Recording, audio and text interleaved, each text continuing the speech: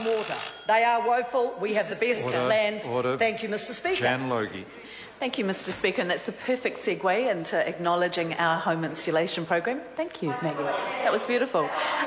So today I'd like to speak about the status of women in New Zealand, and it's particularly coming on the back of the report back from the draft report back from the UN Committee on the Convention of the Elimination of All Forms of Discrimination Against Women, commonly called CEDAW. And the government acknowledged this report back yesterday and talked about the UN commending New Zealand women's progress, with more progress to be made. Well, and they went on to quote, and I'll quote them here, that the committee has expressed its appreciation for the comprehensive report on women in New Zealand presented by the delegation and acknowledged New Zealand for implementing a number of positive legislative and policy reforms for the advancement of women. And they went on to itemise 3 positive things.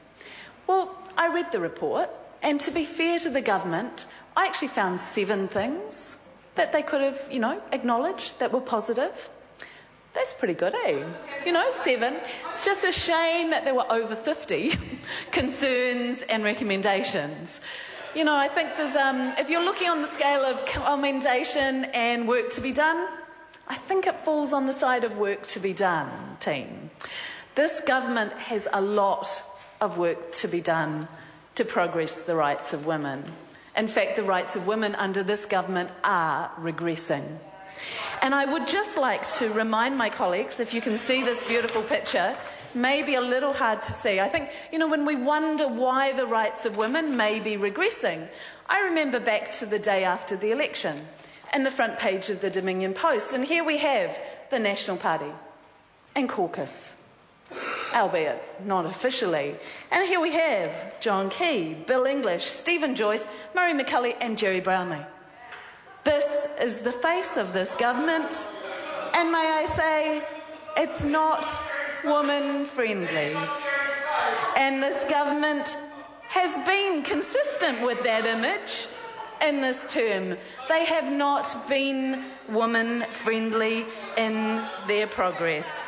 In fact, women in this country, now only 5% of women feel as if they have equality. 5%. Well, there's been some quite good research, actually, Ms. Barry. And 65% of women, according to a New Zealand Herald survey last year, felt they were actively discriminated against in their workplace.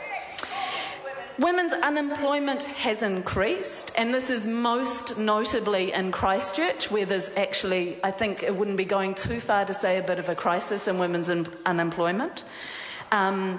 With over 60% of women outside of the workforce in Christchurch. There's an increasing reliance, as a report came out today, of women on using credit and relying on credit debt to be able to get through, which is really worrying because they can't afford to get by any other way.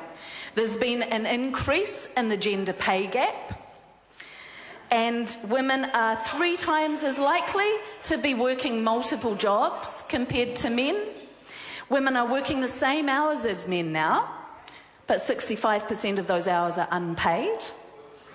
And 90% of sole parents in this country are women. So this is the status of women in this country that this government thinks the UN has commended them on. And economics are fundamental to women's ability to achieve agency in this world. Another aspect that's really important for women's ability to act in this world is to be free from violence. And what has this government done around that? Well, they have no plan in relation to family violence. They have shut down the unit within the Ministry of Social Development. There hasn't been a report from the Task Force for Family Violence since last year in June.